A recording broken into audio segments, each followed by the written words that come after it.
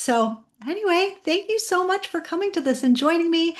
My name is Catherine, and I am a structured literacy dyslexia specialist. I work with students online and reading interventionist.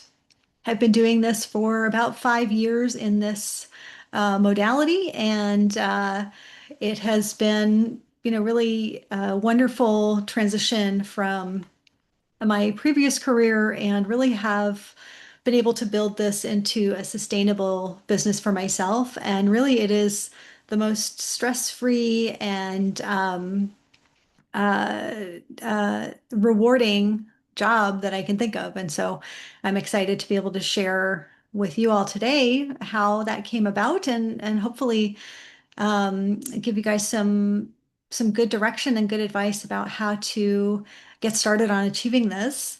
I'm also the founder of the Teach to Read Blueprint and the Business in a Box, which is the component of the Teach to Read Blueprint.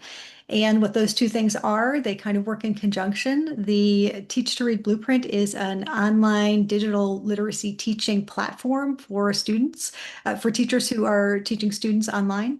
Um, and that is a complete done for you curriculum, and it is all structured and sequenced. And we'll look at a little bit of that today just because it's kind of part of your teaching tools setup. And the Business in a Box is a component that is part of the Teach to Read Blueprint, accessible to anyone who has a subscription to that, where you will get step-by-steps and resources and templates and everything you would need to get your business started and to build and maintain a sustainable business. So we'll go through all of this stuff so that you have a real sense of what is available to you through that. But in the meantime, we have just a ton to cover. I just need to see if there's other folks that I need to let in. Nope. All right, so that's what we're going to start with today. And let me share what the roadmap for today's workshop is going to be. We're going to cover a variety of topics that really takes you from beginning to end. And we're going to start with just a kind of a brief conversation around pathways to certification, because that's one option that people might want to explore or have already explored. Getting your business started and in the legal sense, LLC, S corp, that kind of question that people often ask, whether or not you're going to be working online or in person. We're going to talk about those two options and pros and cons a little bit. We're going to talk about how to get set up for online teaching. And then, of course, getting clients because it's not a business unless we have clients. That's a huge component. And then beyond that, building and maintaining this sustainable practice for yourself. And then after the wrap up, we'll have a Q&A and we might chat during if you have questions that pop up for you, or I might ask you a question and we can cover some topics. All right, so the first thing I wanted to talk about was when you're getting started and you want to break into this world of online literacy tutoring, there are a number of ways to come at it. How many people right now, I don't know if you can do the little hand raise thing, are already teachers with teaching certifications? I don't know if I can see hand waves. Anne, other Anne. Okay.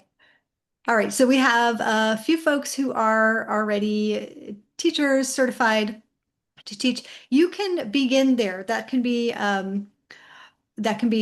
your entire credential set. You can move beyond that, however, to get certification as a reading specialist in a number of different pathways to do so. And you can do this if you have a bachelor's degree in education. You can do this if you have a bachelor's degree in something adjacent to education, like psychology. And then if you have a bachelor's degree in something that is not education based, there are different pathways based on where you are starting from. There are also pathways if you do not have a degree at all, but rather the GED or high school diploma. It won't lead you exactly to reading specialization, but it will get you closer to credentials that will allow you to present your business in a credible way. All right, so just a quick look at um, this um, chart here. This is something that's in the Business in a Box like this, and it shows you the different pathways to obtaining a certification from one of the certifying bodies. That includes the International Dyslexia Association, that includes the Academy of Orton Gillingham Practitioners and Educators. That's a mouthful. But there are multiple paths to certification, and the certification levels vary in terms of, I guess, robustness.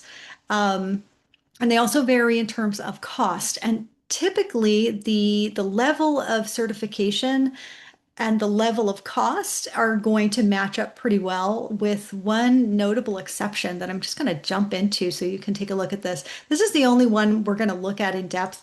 All of these pathways are covered in depth in the Business in a Box, step by step, links, anything you might need to go through those certification pathways. This one is kind of special because it allows you to obtain the highest level of certification through the International Dyslexia Association at the lowest cost.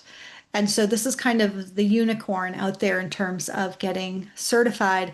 But the reason that it is the lowest cost is because it is not entirely online, whereas the rest of those options, they can be achieved entirely online, which is pretty remarkable. So this one is in person. Your practicum is in person, and it is through something called the Children's Dyslexia Center. Sorry, I see CDC and then my mind goes somewhere else. But so it's through this. This is a charitable organization. They have physical locations across the US, I think across 13 states. And this is the pathway that you would take to get to certification, starting out with courses during the summer and then a practicum during the school year. You would then take your exams and get certified as a dyslexia practitioner one, and then take it a step further to apply for and obtain certification from the International Dyslexia Association by taking a special exam called the K-PIRI. That is probably a lot of information and acronyms that not everybody needed to hear, but this is a very similar pathway to all of these pathways to certification. The main difference being cost and the fact that there's an in-person component. Does anyone have any type of certification beyond their bachelor's or master's? That's something specialized for this already? Okay, Anne Z Uh, does. Yeah, which one, what do you have, Anne? well, I was certified, am certified as a speech language pathologist. Okay, yep. So And that then I is went on entirely other. to get a reading specialist degree and OG certification. Okay, so did you go through the American, such a long acronym. I went through the Reading Disabilities Unit at Mass General Institute of Health Professions. I think it Okay. doesn't exist anymore. Oh, okay. All right. So just an example of how many different routes there are. Yes, There indeed. are so many different routes, but really they're all rooted in the structured literacy methodology, sometimes called Orton Gillingham. And they all will land you in a place where two things will be the result. One, you will know how to teach this type of literacy, and also you will have more credibility as an independent practitioner. So it's recommended. It's not 100% necessary, but if you are interested in pursuing that, that is part of the Business in a Box to help walk you through those steps.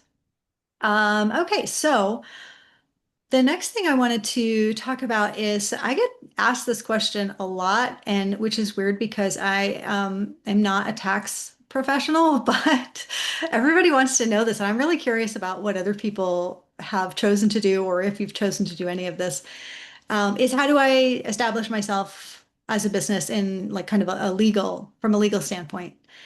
And there are three main options that people are usually choosing from: sole proprietorship, limited liability corporation, LLC, or an S corp. And I do have a recommendation, but again, I should preface this by saying, uh, any decisions that you make regarding this, you absolutely should you should speak with a tax professional before making any final decisions. But I would say my recommendation is to start with an LLC. And that is because it's kind of right in the middle of these two other options. It gives you the protection. That's what limited liability refers to, is that protection, protecting your personal assets. It is easier to set up than an S corp. You can do it yourself. Um, and frankly, an S corp isn't really necessary in terms of tax advantages until you've reached a certain income threshold.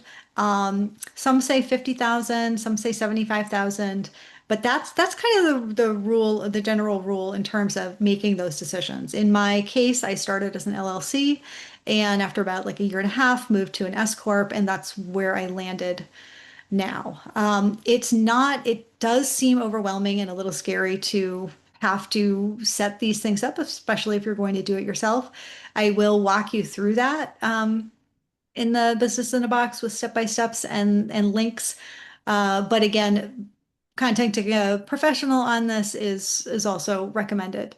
Has anyone set up a sole proprietorship S corp or LLC before? Would this be new to everyone? Yeah, it seems scary, but it really isn't, and it's a good idea because it does protect you, and it just makes you, makes your business legitimate. It will make filing taxes easier, and just kind of keeping it all together and in one place. Um, all right. Let me just see if I missed anything I wanted to mention in that. Okay. No, I guess not. All right. So now here is something that is I'm really curious to hear what other folks have to say and have thought about with this, is making the decision as to whether or not you're going to do online tutoring, your business is going to be online or in person, um, or a hybrid. Is anyone already teaching? Is anyone already tutoring? And is anyone already tutoring online or in person? I'm tutoring almost exclusively in person. Um, I would like to get more online, Mhm. but families are saying they really prefer in person. A little bit of PTSD from COVID, and also that they have kids with ADHD. Okay. Oh my gosh. You have hit on so many important points that I'm excited to touch on. So for me, running your business in the online environment is optimal, not just for you, but actually for the families and the students. And I know that sounds like a crazy assertion, but that is my soapbox that I've been on for the past 5 years. Well, not 5 years because it took me a while to get there, but the past few years because I figured out how to do this in a way that actually is more beneficial to the students. And so essentially, it boils down to this. When we are teaching in an online environment, the physical environmental distractions are able to kind of take a back seat. They kind of melt away. And the student is able to focus in and engage with us across the screen and the materials that we're using if they are materials that are in the digital space. And even we do this as adults. We engage with a screen such that like the entire world has disappeared. And most of the time we don't like that. But in this case, we're kind of harnessing that phenomenon for good and for accessing better teaching for our students. Now, this doesn't happen automatically though, because you have to be able to keep the students' engagement. So it's not just an automatic effect of being online. What you need to know is that you have to have your teaching tools set up and your digital teaching environment set up in such a way that you have engaging activities, you have things that are interactive, and you have it such that it is sequenced and structured and minimizing that downtime.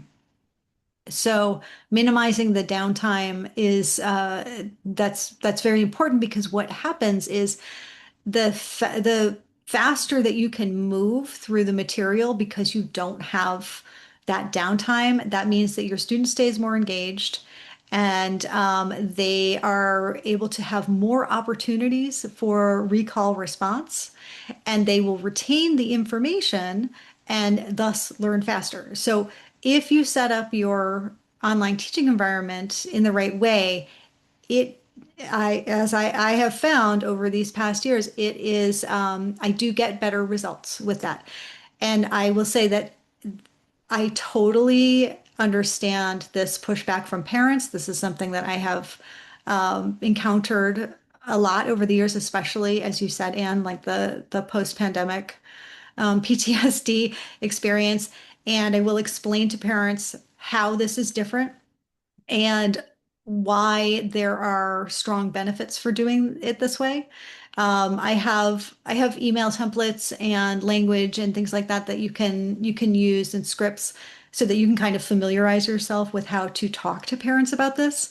Um, but there are ways to explain this so that they feel more comfortable. And you can also offer like, well, you know what, let's do a 15-minute meet and greet and see how your student does.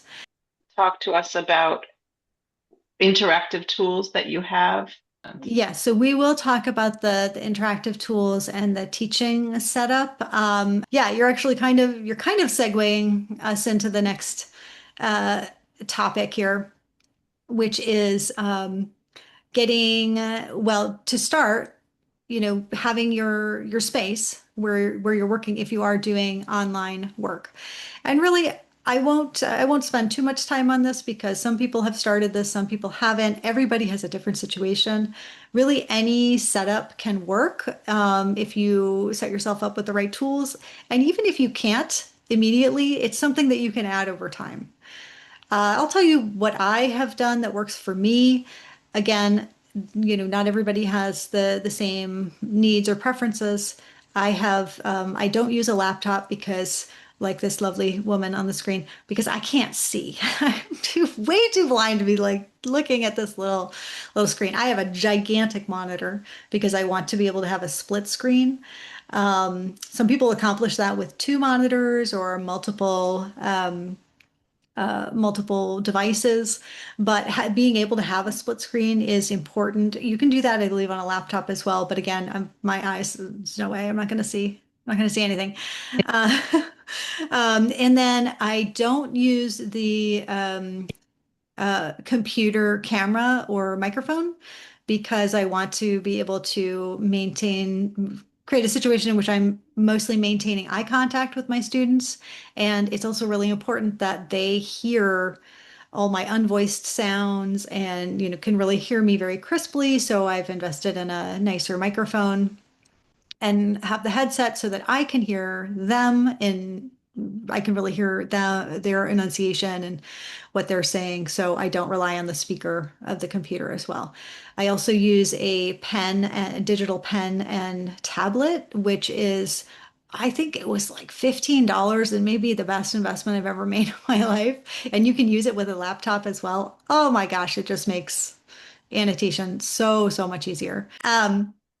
So what I did was I started to compile these and organize them over time and make sure that they were in a structured sequence so that I could access things quickly and not have to search for all of this scattered stuff everywhere. And so, bottom line, what I'm sharing with you is this is how the Teach to Read blueprint came about because I was making this for myself. I was making an organized, sequenced, structured literacy digital curriculum for me to use so that I could sit down and just start teaching. I knew exactly where my student was because I had organized it into units. I knew exactly what we had already worked on. I knew exactly what every single minute of every single session was going to include. I didn't have to think. I didn't have to click away. I didn't have to find anything.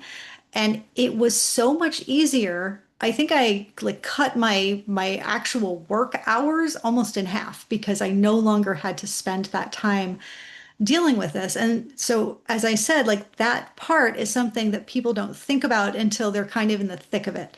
So I created this as a way to solve that problem and just make it so much easier. Because if you are running this as a business and you're getting an hourly rate, if your hourly rate is not for just 1 hour, but for like an hour and 45 minutes because you've had to do a ton of prep, then your hourly rate isn't what you think it is. So reclaiming your time is an important part. But that being said, so we'll talk about using digital elements like this and how you can kind of harness the digital environment for to be able to teach strategically, effectively, and efficiently. And I have some things to share with you for that. Let me just pop into um, what I was going to start with. I have to find all my things that I had set up for this. It's a little different looking. Okay, share my screen again for this. Um, I use Zoom. That is what I recommend for people to use because it allows you to control what your students are seeing. So, for example, this is in one of the units. Your student would only be seeing the card here. This is for you as the teacher, and you would change the size of your screen share so that they see what they would need to see. And you would get there by, oops. So if you started out, this is what the dashboard looks like in the Teach to Read blueprint. And so, as I said, very easy, no prep. You just jump to whatever unit your student's on. It hops down there, and then you're going to move right into the lesson, which looks like this. And here's how I would use digital tools with images that are set up. And I'm sorry, scrolling down. So, for example, reading connected text. So if your student is reading connected text on the screen, what you can do, and let me scroll down because this is so with the passages that are available, they are differentiated. So whatever level your student is reading at, you can hop down to purple or blue. I'm going to go to blue because it's a little bigger. And then what you're able to do is use the annotation tools, whichever one you decide to use, to guide their reading and assist with eye tracking. And as they're reading along, if they get to a word that they've not said correctly, what I do is I just like bounce a little bit. I don't move forward. I just bounce a little bit. And after several sessions, I don't even need to use any language around it. I can just do that, and it's a cue for them to check again. Um, and for them to reread that before we move on. If they're still having a difficult time with it, then you can use this as a tool to reveal one um, phonogram at a time so that they can sound it out and then blend it. So that's just a simple way to use the digital tools there to assist with connected text reading. Another way to do that with the connected text as well. Let me hop into this. Oh, not that one, actually, this one. So this is another example of connected text reading opportunities that where in this digital environment, we have the ability to kind of gamify it, make it interactive, but it's with a purpose. It's not just like, oh, this is fun, I'm just going to move the elements around. No, it's I've read the sentence and now I need to apply my understanding of what the sentence said in order to complete the illustration. And so you can see like the word plant is in there. There's also a pair of pants. So, and that would make sense. But this is a way to have your student be more engaged in that activity, and they stay engaged and focused through the learning part, which is not just reading this, but applying what they've understood the text to mean in a fun but meaningful way. And back to those annotation tools, one thing that I'll do when I do this activity and others is if I want them to read without the benefit of an illustration, I just cover it up.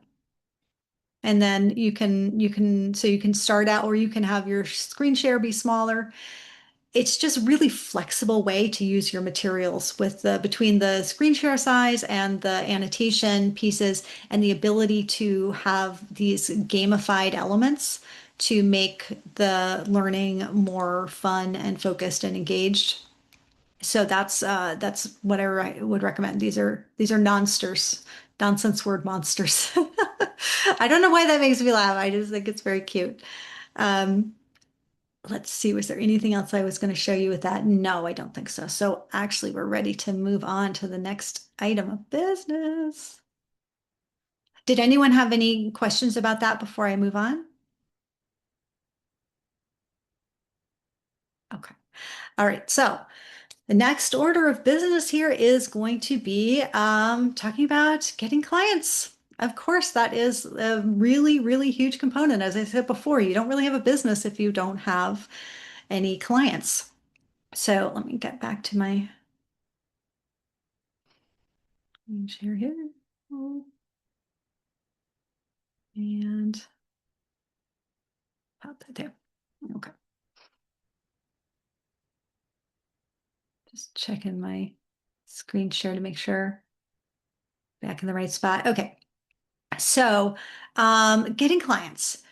And I'll tell you what I did and what didn't work, and tell you what does work instead. And I got a number of the questions in the original registration form, and I'm not sure if the people who asked those questions are here or not, but a lot of them did relate to how do I get clients? I don't like to be salesy. I don't want to be on social media all day long. And I 100% identify with this problem. That is, it doesn't feel organic. It doesn't feel comfortable. It feels kind of empty. And in a lot of cases, it doesn't really work. So, what I started out with in terms of getting clients was I was working in a school. And so I did have a few initial clients come from that. I think maybe three. It wasn't a lot. So I had to pretty quickly move on to other methods. And what I did was I turned to Facebook, and Facebook is a very valuable tool. I know a lot of us don't want to be dealing with social media. I'm going to tell you how to do this in a much more organic way that's not going to feel like crazy sales pitchy and you're on social media all day. But I turned to Facebook and I created a Facebook business page. And I got up to, I think, 3,500 followers. And I got exactly zero clients from that. It was so much work for zero reward. And I still have it. It's still up there. Haven't updated it, I think, in like a year because it wasn't useful. It wasn't a useful strategy. But I put a lot of work into it. And I tried creating some fancy flyers and putting those out, posting those in homeschooling groups, posting things on my Facebook page. I also tried sending out mass emails to schools, and trying to get hits that way. And that wasn't super successful either. It wasn't something that was, um, I just didn't get much return on that, and it was pretty disorganized. So, what to do instead is you still want to leverage Facebook, but you want to do it in a way that is more organic and feels more like you as an individual sharing your expertise, sharing your services within your community And I'm telling you that this, not only does this feel more comfortable for a lot of people who aren't very comfortable with social media, but it is so much more effective. Um, so you will want to get into Facebook groups, but you need to be in the right Facebook groups. I can tell you what the wrong Facebook groups are. Any of the Facebook groups that are for tutoring, even if it says parents seeking tutors or tutoring services, the only people that are in there are other tutors. So you will not get inquiries from most of those tutoring sites. If they're hyper local, there that might be different, but for the most part, that's not your resource. Homeschooling groups, this is very hit or miss. Sometimes there are sometimes there are hits there, but if you think about it, homeschooling, and a lot of people do this work with homeschooling families. Don't get me wrong, but when there's a homeschooling group, typically they're not in there looking to outsource something. They're in there looking for support and to um, share ideas and strategies and figure out how to do it on their own. They are homeschooling. uh, what is good about those groups is that you can build some awareness that you exist by answering questions. So that is a valuable way to do that. So, in the comments, you answer questions, but putting sales pitches in those, I don't find that to be very effective. And further, when you are involved in a group, when you are in a group, I see this all the time. I see somebody has created a very well done, beautiful, fancy flyer, graphics, maybe in Canva, and they've got all their information. They've got their name, their credentials, and all the services they have, and all of the information is all crammed onto this little flyer, and that gets popped into the group. And when I see that, I see zero comments, maybe one or two likes. There's no interaction with those.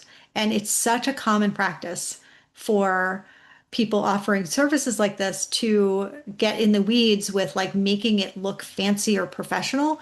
But that's not the place for that because these are groups where people are trying to interact with each other on a human level.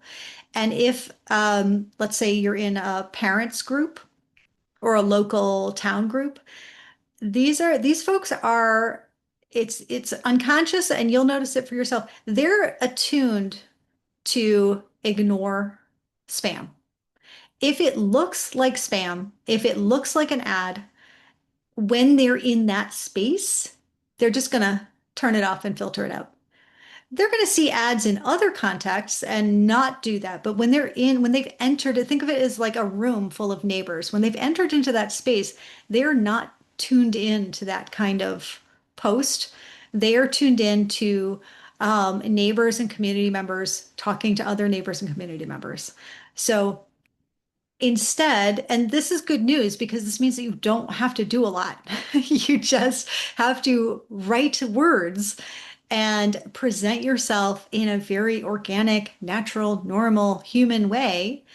And that is definitely going to get you more interaction than getting fancy or salesy.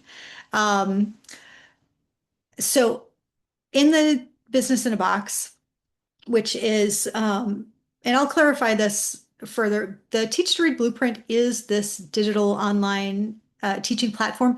The Business in a Box is in there. That is it's a component that is part of that so that you can run your entire business with these features and elements and have your teaching taken care of at the same time. So when I'm referencing the Business in a Box, that is part of the Teach to Read Blueprint. So if you're looking for it, that's where it's going to be. But in that, what I've done is, I've not kept any secrets. I have told you what it is and how to do it, but it still can feel overwhelming. So what I have for you in the Business in a Box is just tons of copy paste organic posts to talk about your business that you'll customize and tweak to make you. comments, a comment bank, so that you can show up when people search for these kinds of services. Um, and there's a schedule of times of year to post, what type of thing to post during those times of year, just so that you know what the strategy is now, but if you want it to be easy and a no-brainer and you just don't have to even think about it and just like copy paste, then that's available for you in there.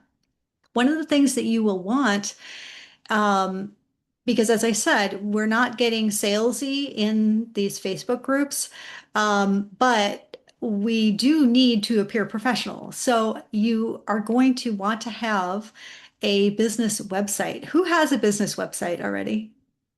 Anybody? No. Okay. Oh, I have somebody probably. Oh, Anne does. Awesome. What did you make it in, Anne? If you don't I mind me made it asking. on Wix.com. That's my favorite one. Yeah. It's so much more user friendly than some of the other ones. Um, okay, well, good news for everyone except for Anne, who's already done this. In the Business in a Box, there is a done for you website. It's complicated on my end, but it's not complicated on your end. This is free. This is just you just go in there and you accept your business website and then you customize it with your own logo and your own picture and your name and all of those bits of information and plug it in and you're done and then you have a professional website. I'll show it to you in a minute because it's quite lovely. It's completely step by step written out like we're all toddlers in terms of how to access this website and how to customize it yourself. So I'm very excited about that component in the Business in a Box. And I should show that to you right now, actually. I should. Where is it? Oh, here it is. Okay. So this is the mobile view. Change the screen share size so you can see that. It's so pretty. That would be you. And so, this would all be customized so that it showcases who you are and what you offer. And there's a desktop view, which I don't know if we'll be able to see very well, but I'll try. Oh, okay. So customize this with colors, your name, your information, your services, etc. So on and so on. If you have some testimonials, we can put those in there as well. In parallel to your Facebook strategy of initially getting your base roster going, there is an email outreach strategy. And notice I say strategy because my strategy at the beginning was to just like BCC about 8 million people and just try to like get people to come to the website or bite. But there's a much more strategic way to do that, and that involves who you're looking for, when you are making contact, what you're saying, the follow-up. And so and if you're doing this on your own without going into the Business in a Box, you're thinking about who makes sense to contact at a school. It's not info@anyschool.com. It's going to be someone who is more connected to the students and maybe students who have additional support needs. And when are you going to reach out to them? Well, not the last day of school, right? Not the first day of school either, because those are not optimal times. And then what are you going to say? It's not a hard pitch. You are introducing yourself and you are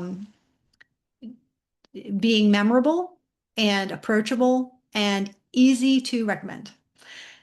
Again, all this stuff is in there, the email templates, the schedule, the contact organizer, all of that stuff so that that makes that easy for you.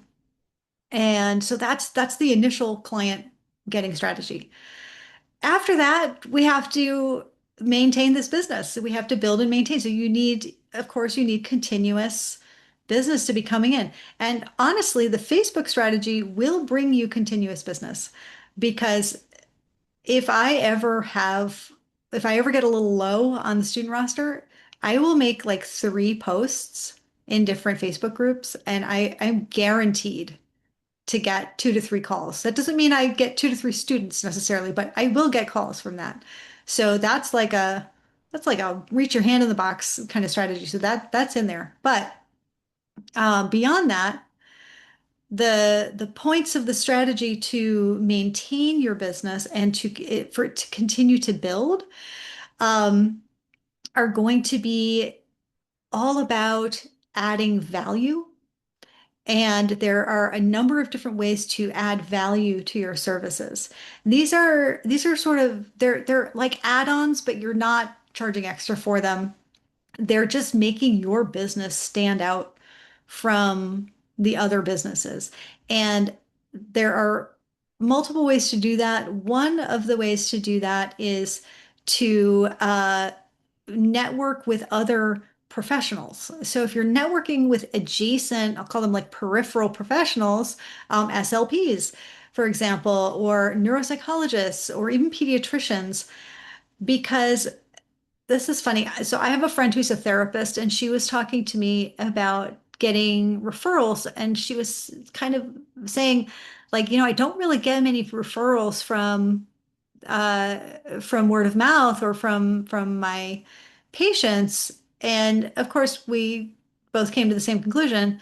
Well, people don't always want to talk about services that they're receiving, especially if it's therapy services, people might not want to be like, hey, you should see my therapist because I'm going to therapy. And there is, it's, you will get recommendations from families, but there is sort of a similar, maybe to a lesser degree, effect that happens with what we do, because families don't always want to be shouting from the rooftop that their student needs academic help, that their student needs this extra support. If they run into somebody who's having a similar issue, then sure, they might recommend you, but it's not going to be your referral machine.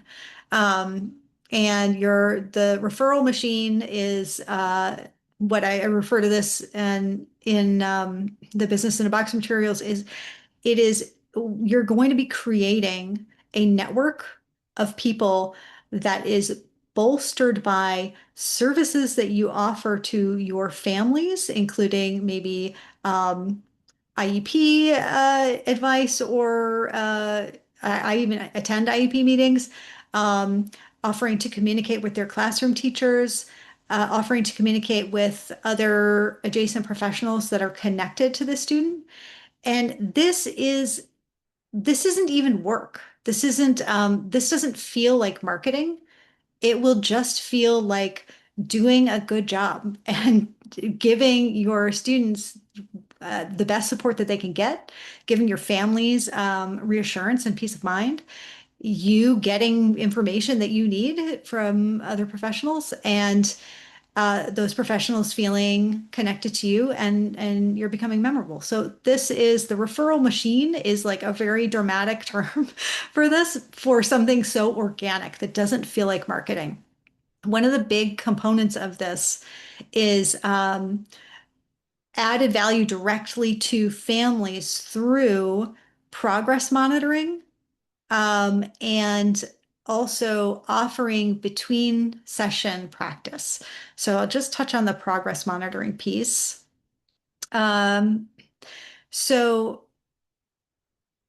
this is part of the Teach to Read blueprint, where my screen share has gone off the rails. But so what happens in the Teach to Read blueprint is as you progress through the units, you are prompted at certain spots to take data that occurs naturally in the teaching process, like it will be connected to an activity that you're doing anyway.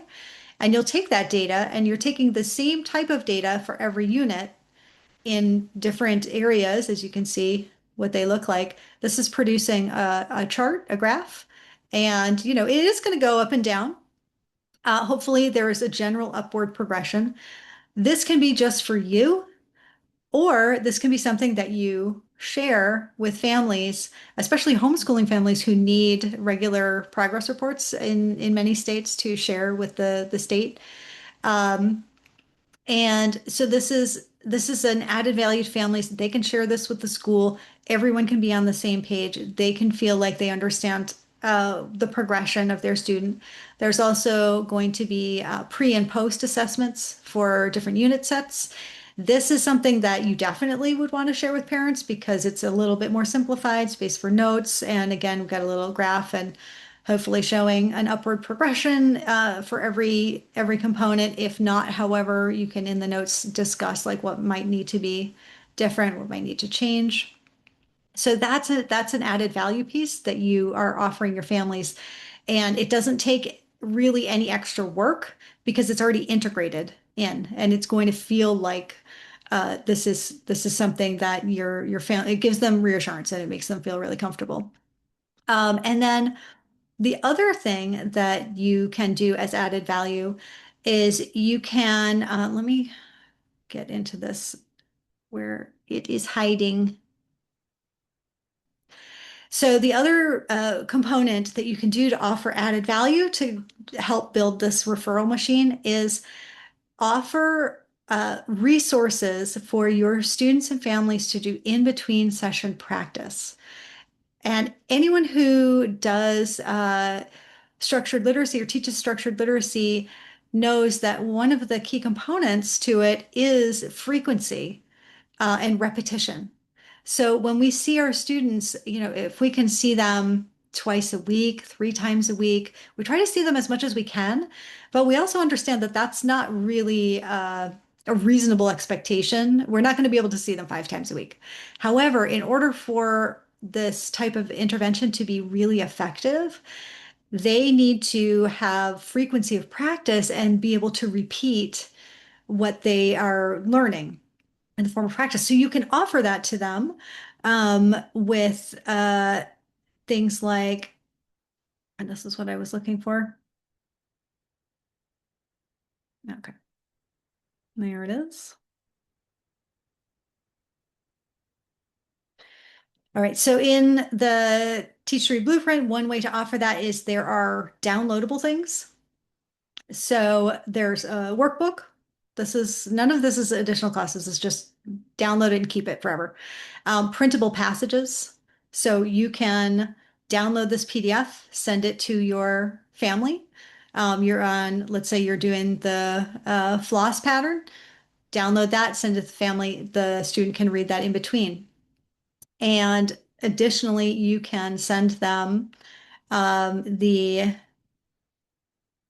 we have our game library, that's where we're housing all of those digital games that I was showing you previously. And you can't share this page, but you can share an individual game with a parent, and then they can have their student do that activity between sessions. So doesn't add, this doesn't really add much work on your end. It's a pretty simple uh, couple of clicks to send, and it adds value to for your student because they're getting this between session practice.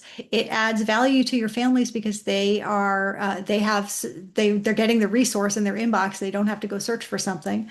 They feel assured that they're getting a lot of value for their service, the service that they're paying for, and you get to further your students' learning, and you get to position yourself as someone who is offering a little extra. This is setting you apart. You're not just a general tutor, average tutor. I'm going to meet you once a week and we're going to do a couple of activities. This is like a system. And so that's another way to add extra value in order to um, be building that referral machine to be sustainable.